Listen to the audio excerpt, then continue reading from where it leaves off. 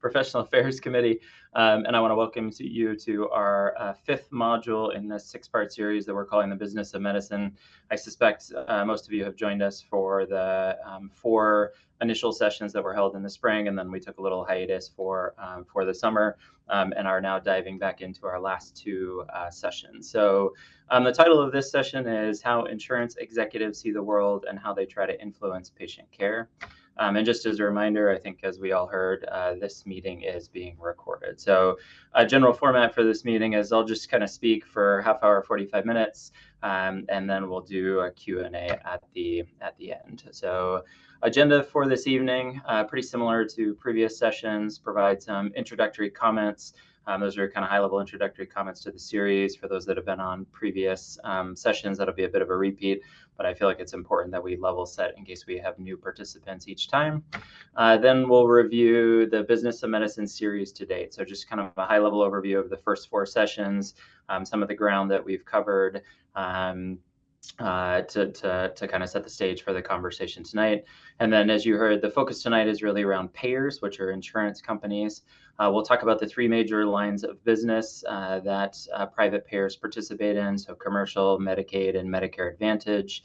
You'll note that traditional Medicare is not on this list just because the payer is CMS, and I didn't think it was worth sharing that perspective. That's obviously the federal government and a whole ball of wax in and of itself.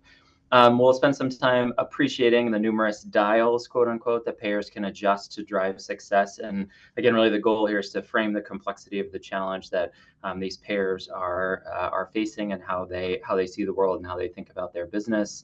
Then we'll talk a little bit about why family medicine is critical for payer success, which is kind of an interesting thing to say. But I really believe that primary care, family medicine in particular, really critical for long-term success for our insurance partners. Then we'll do a summary, and then we'll do a question and answer as we've done with each session. And then I have a specific request as it pertains to our final module, Module 6, that will take place in October. So just a reminder, if you missed any of the first four modules, they are posted on the WAFP website. That's the URL, but you can just go on the website and you can find your way to the Business of Medicine series, and each of the videos are posted there. So on to the next slide. All right, so goals of the Business of Medicine series, just as a reminder, Jordan, if you just kind of click through here, in 2 words, this series is really about physician empowerment. That's really what we're trying to accomplish. So the idea here is with the additional knowledge and understanding, our hope is that physicians will feel empowered to regain a sense of autonomy and control, which they can use to improve patient care and increase professional satisfaction. So again, this isn't really about judgment. This isn't really about, saying what's right and wrong about healthcare or whatever. The goal is just to help folks understand so that they can experience more control and more influence moving forward. Next slide. All right, this is the Professional Affairs Committee. Myself and Jordan, I think Lynn is on the call. Kim, the WFP Executive Director, is filling in for Alyssa this evening, who's out, but this is our team. If you do have questions along the way, just as a reminder, you can put them in the group chat. That would be great. Or if you want those questions to remain completely confidential, you can send them to Jordan directly, and then he'll bring them up. He'll facilitate the Q&A at the end of the session. All right, as always, no conflicts of interest specifically, but these presentations all kind of largely reflect one set of opinions about this. As a reminder, I've said this before, but if you had 10 different people give this series, they'd frame it 10 different ways, and I don't think anyone would be more right than another. So again, you can take a lot of this as kind of my perspective and my opinion, and do with what you want with that. So next slide, Jordan.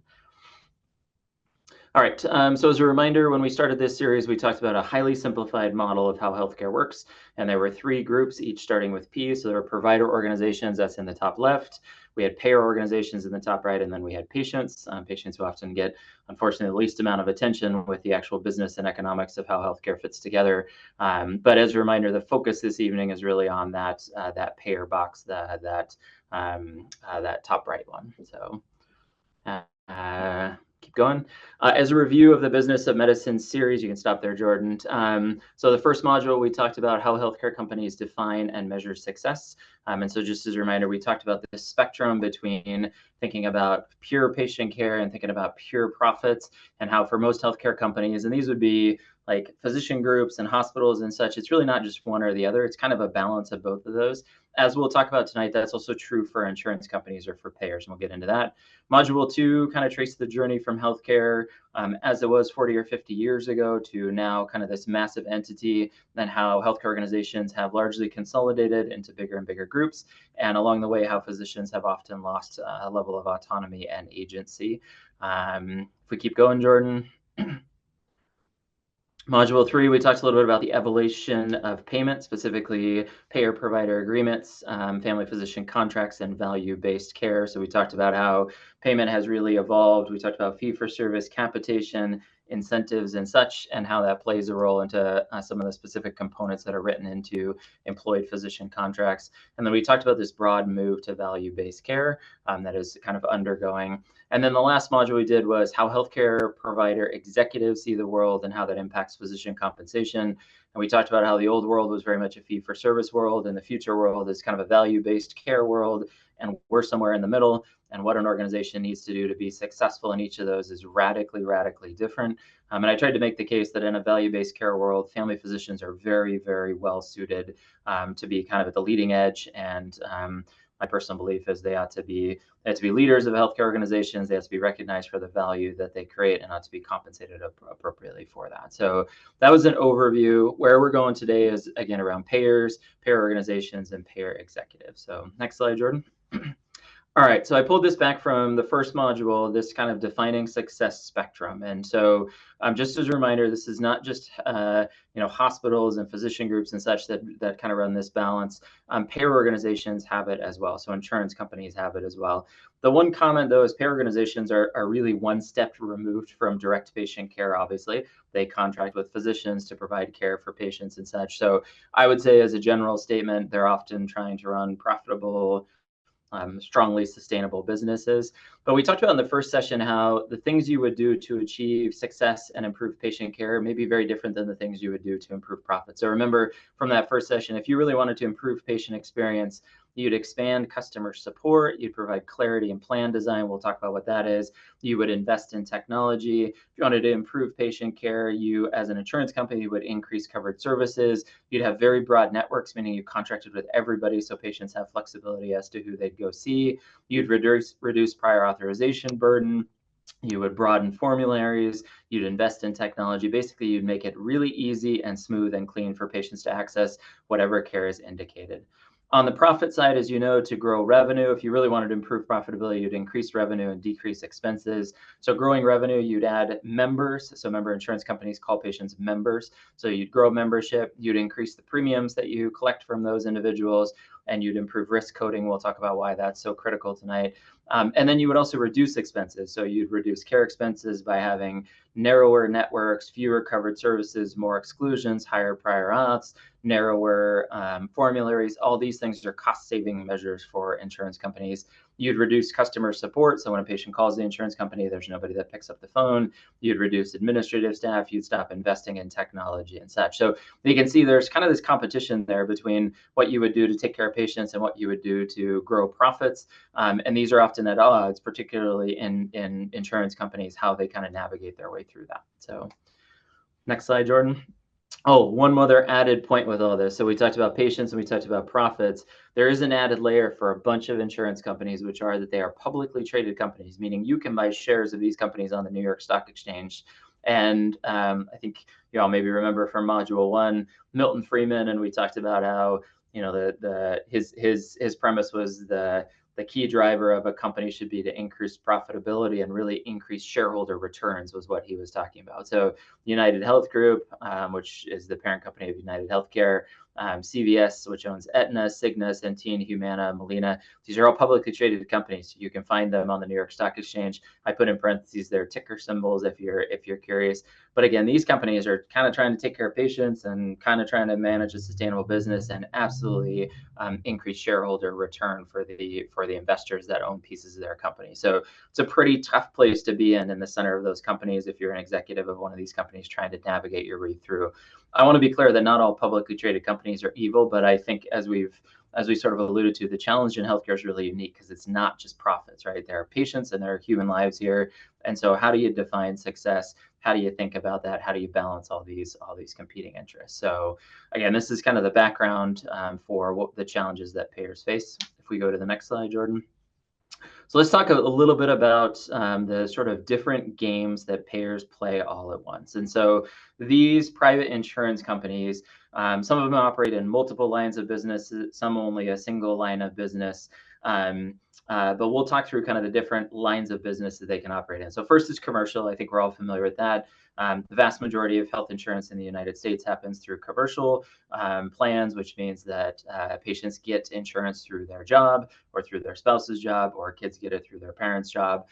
These are, it's worth calling out, employed, typically working age. So, you've got from young adults all the way till retiree age. Sometimes people work beyond that, but that's a certain patient population. Again, these are folks that keep jobs and have jobs and typically keep jobs and such. So it's a certain patient population in that group. And the basic economic business model for this group is payers in the middle there. They have revenue coming in from patient premiums, right? So they set the rate, what it costs each month to have a certain health insurance plan. And it's worth calling out, I think you'll know this, that individual companies negotiate with these insurance companies to figure out which plan they're going to go with to cover their employees. And most companies, there's some split between the companies paying the premiums and the employees themselves paying the premium. So I call them patient premiums, but really it's just premiums that can be paid by a variety of different sources. But that really is the primary source of revenue for a commercial plan. So revenue is dependent on number of patients and the patient premiums. And then on the flip side, the expenses that payers pay out for commercial insurance are around care costs as the primary one. So again, all the benefits that they pay for. But then we shouldn't lose sight of the fact that there's an admin cost as well. So that admin cost varies from insurer to insurer. It's often cited to be around 9 to 12 to 15% of total revenue often goes to kind of admin costs. It is very difficult to get like absolute clarity on what those admin costs are, but it's worth calling out. They're not just paying for care of the patients that they're covering, they're also paying to run their own business. So again, their own internal employees and all the costs associated with that. So again, that's kind of the basic model. And again, keep in mind, these are employed kind of working age adults. So that's the commercial line of business. The next one is Medicaid, if we move forward. So it's worth calling out, this is a different patient subset, right? So generally speaking, lower socioeconomic status, largely you qualify for Medicaid based on how you compare to the federal poverty lines and such. Again, the patients that are served by Medicaid, a very important program, are different typically than the patients served by commercial. So the economics for Medicaid, again, you've got the payer. If we move forward, Jordan, the revenue source, it's worth saying that for Medicaid, patients don't really pay a whole lot in premiums. Most of that money comes from the HCA, that's the healthcare authority, that's the administrator of Medicaid plans in Washington state. And this is sort of a cap-based payment typically that they pay to private insurance companies. There's 5 of them in Washington state to provide care for Medicaid eligible patients. And remember, Medicaid's an interesting plan. I'm no Medicaid expert, I should say that, but it's kind of a joint operated plan between the federal government and states, where states have a lot of control, but they're often matching funds from the federal government. And there are layers upon layers of regulations with this as well. So, but again, most of the money from Medicaid comes essentially from the federal government, not from the patients or from employers, as is the case in commercial. And then for Medicaid on the expense side, again, admin costs to run those companies, that's absolutely real. And then care costs, but there are a bunch of requirements around that. And again, this kind of gets to the limit of my expertise. I've never worked within a Medicaid plan, but they certainly have more sort of requirements and mandates around how they provide that care and some of the rules around that care. What cost share can be shifted to patients is radically different in Medicaid as opposed to commercial. So again, that's kind of the picture for Medicaid. And then the third kind of line of business is Medicare Advantage. Again, these are typically older Medicare age patients over the age of 65, or disabled patients often can also qualify for Medicare at a younger age. So again, entirely different population, different care needs, different care challenges and such. For Medicare Advantage, payers have revenue. It's kind of a blend almost of commercial and Medicaid in that they get money from patient premiums if they charge premiums. In my region, a lot of the Medicare Advantage plans have 0 premium offerings, which is kind of interesting. And then they get money from CMS directly on a risk-based payment. Excuse me. And we'll talk a little bit about what that looks like. But again, in my region, almost all the revenue comes from that CMS cap payment. We'll talk about how that is calculated.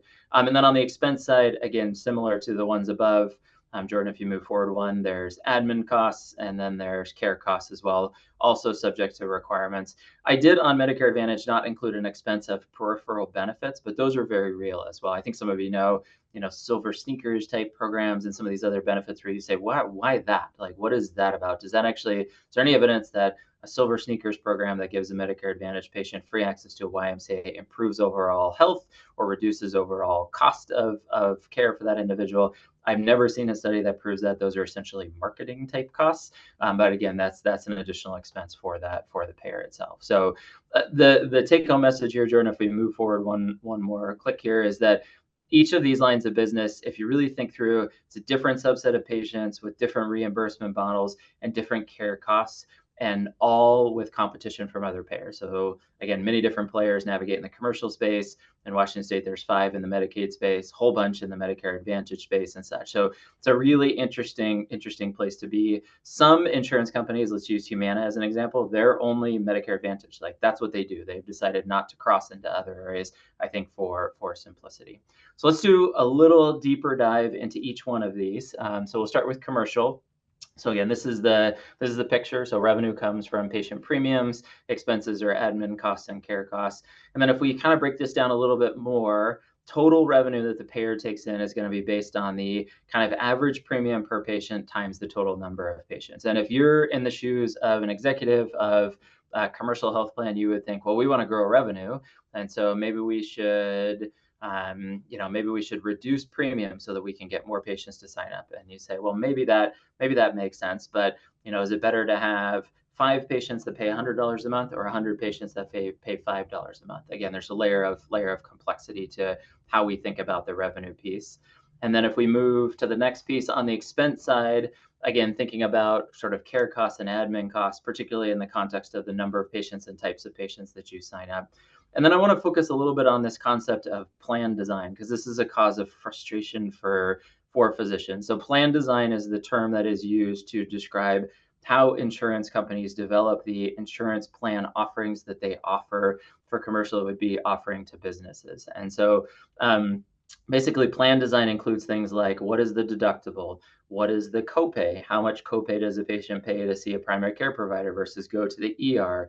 And as you can imagine, how something like copays are set drives patient behavior, right? So if you say the copay to go to the ER is $1,000, patients aren't going to go to the ER, right? Similarly, if you say that a copay to go see a family doc is $25, that's a barrier to a bunch of patients. They won't access care when they should as a result of it. So I've always personally been an advocate of very low copays to see your primary care provider. I would support slightly higher copays to see specialists or ER visits or such, because we really want to drive through care through primary care. Things like network, so who's in the network and who's out of the network, and you probably all know this, but network just means the number of other physicians and providers and care facilities that are contracted with that insurance company. So broad network means they contract with almost everybody. Narrow networks means less contracts that they have, and so patients have less freedom and flexibility. And an insurance executive would say, we have narrow networks because we want to restrict and manage total cost effectively. If you think about formularies, cause of continual frustration for physicians, but why are the formularies different from payer to payer? It's because they can get better rates with certain drug companies to get one PPI versus a different PPI across different payers. So and then prior auths and referral requirements and such, again, the bane of the existence of primary care providers. I had an insurance executive, a VP at one of the major insurance companies in Washington State, look me dead in the eye and say, we only have prior auths for one reason. It's because we are trying to control the care that happens in the exam room from outside of the exam room, essentially. So they just wanted to make it really difficult for patients to access additional services so that we manage cost. So the overall picture here, total revenue minus total expenses equals profit or loss. Again, an insurance company has to run if they have losses year after year after year, they're not going to be in business, so they at least need to generate some profit. But due to competition in the market, commercial plans, they must offer competitive pricing and reasonable benefits, but they have to do it in a way that the underlying economics make sense. And if you ever see something like an offering from an insurance company that makes no sense, like, the zero premium plans for Medicare Advantage never really made much sense to us in our region.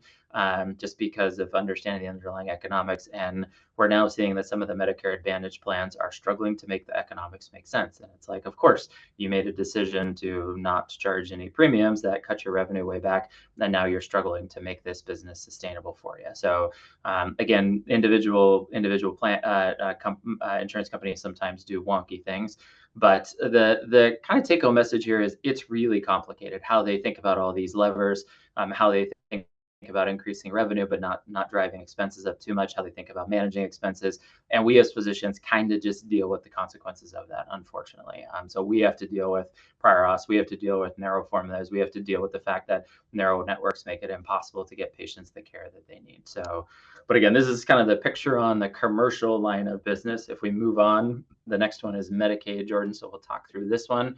So again, similar model, the revenue and expense piece, but remember, revenue doesn't come directly from patients or from their employers. Revenue really comes from the government. And so simple way to think about total revenue is what's the average risk-based premium per patient, and then what's the total number of patients. And so federal government pays based on individual patient risk, and risk is based in part on provider documentation of problems. I put problems in quote because it's not just the classic diagnoses we use, but it can be social determinants of health and other indicators of overall likelihood of this individual patient having higher healthcare expenses. Again, this is kind of the limit of my expertise. Different states do use different risk models. It's not the standard HCC coding model that we're familiar with, probably with Medicare Advantage. These are convoluted and messy and complicated and such.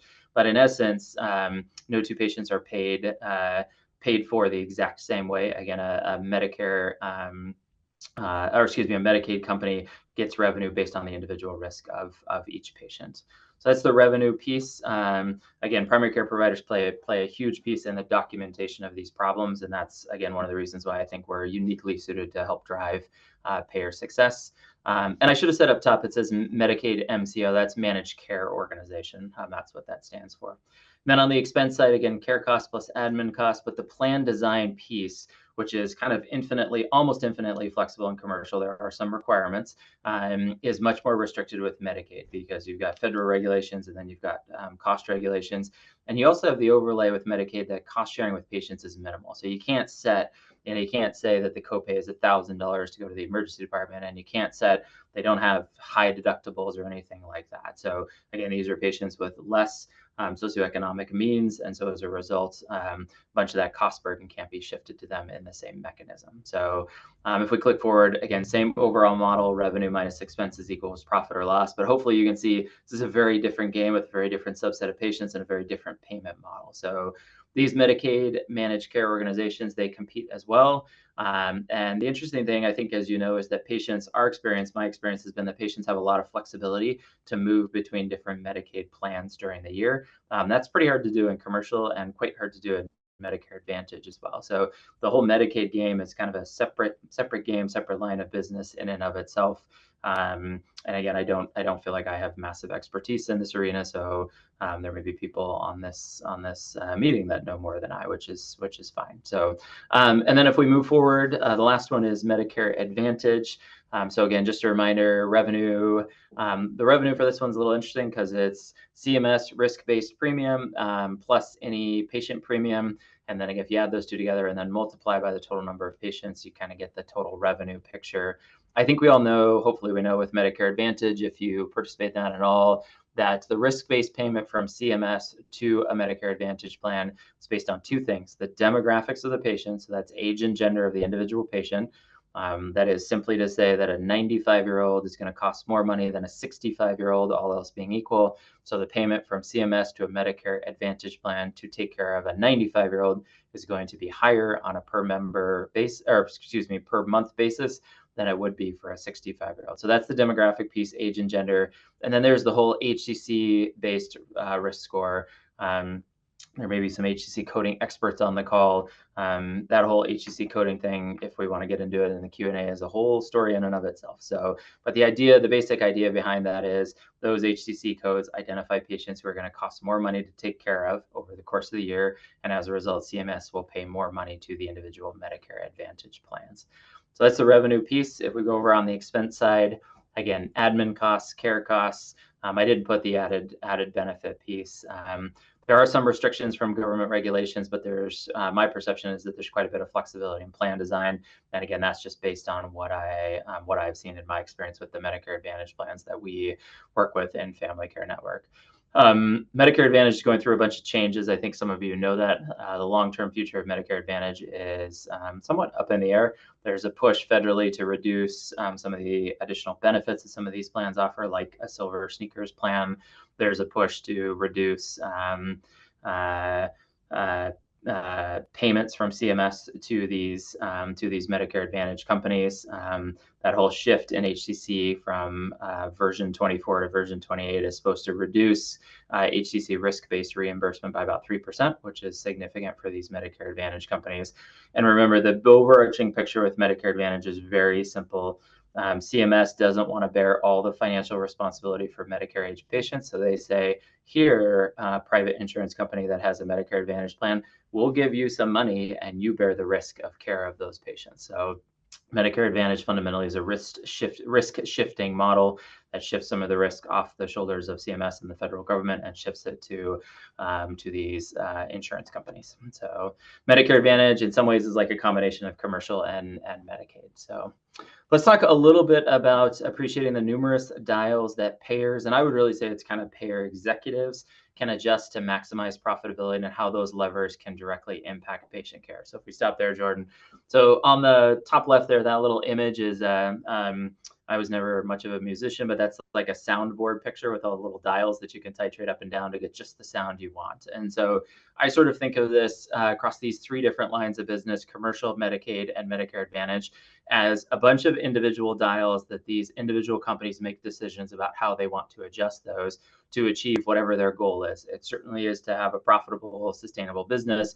Hopefully, it's to achieve high quality patient care and good patient outcomes as well. But we'll look through kind of a handful of these, and this is not a comprehensive list because there's probably 100 plus of these individual dials.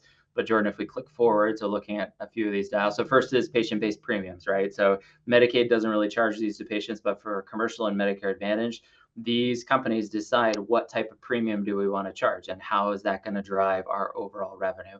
Do we increase the premiums and think that's going to drive more revenue, or will we lose too many members if we do that? So again, they're kind of finely tuning the dial around premiums. So that's the first one. The second one, Jordan, if we move on, would be around risk scores. So for Medicaid and Medicare Advantage, the more resources they put and the more encouragement to trying to capture those risk scores, that certainly can drive revenue. But again, they're deciding how much to commit to that. The third one, Jordan, I believe is around network. If we click forward. Yeah, so network. So how many other organizations and physicians do they contract with to be a part of this network? I put that one in red because the ones in red really directly impact the care we provide as family physicians. So again, narrower network mean it's harder to get access to our patients for care.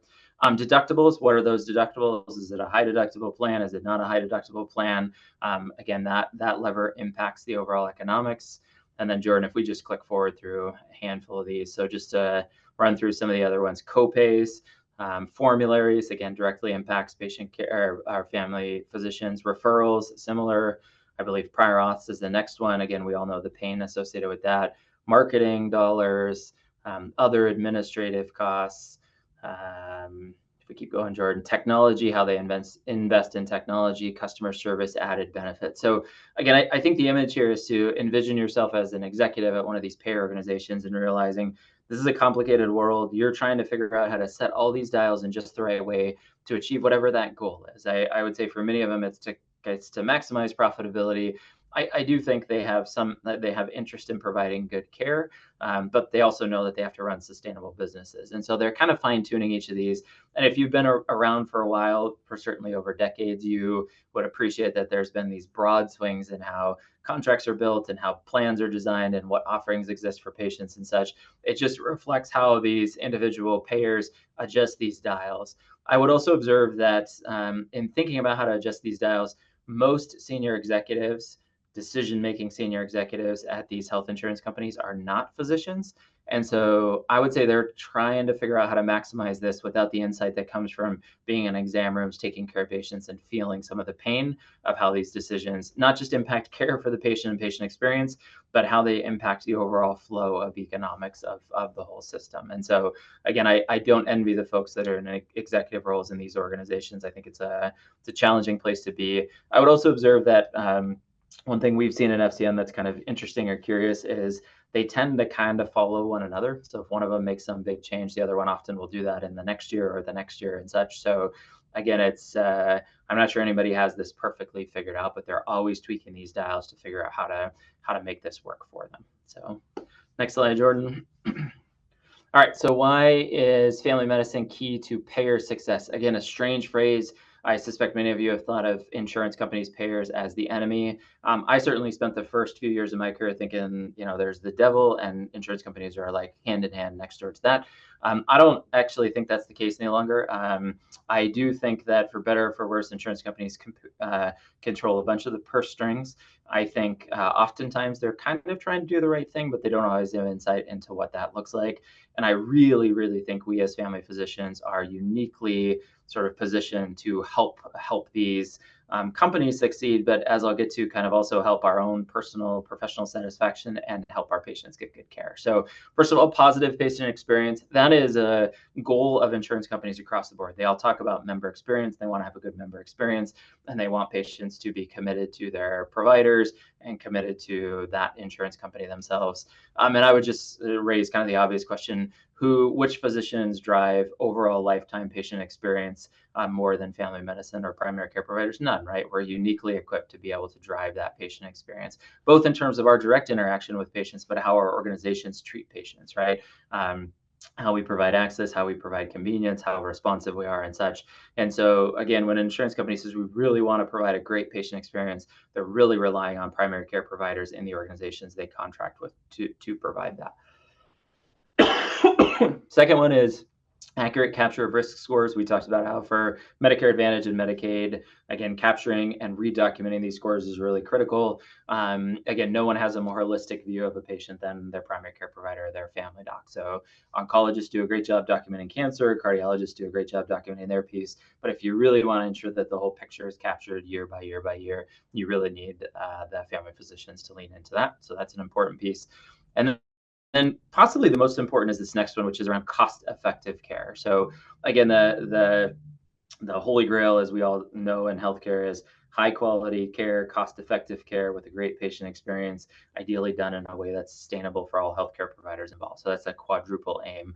Insurance companies really want to provide, I think, good care, but they want to do it in a cost-effective manner. And so who is going to drive that process to ensure patients get cost-effective care? It has to be somebody with knowledge of how the whole system works and knowledge of the underlying sort of physiology of patients. And those are family docs, right? So we provide much of the care at relatively little cost compared to specialists and hospitalists. I think you all know across the state of Washington, primary care accounts for about 6% or less of total healthcare dollars. That's a sliver of the overall healthcare pie.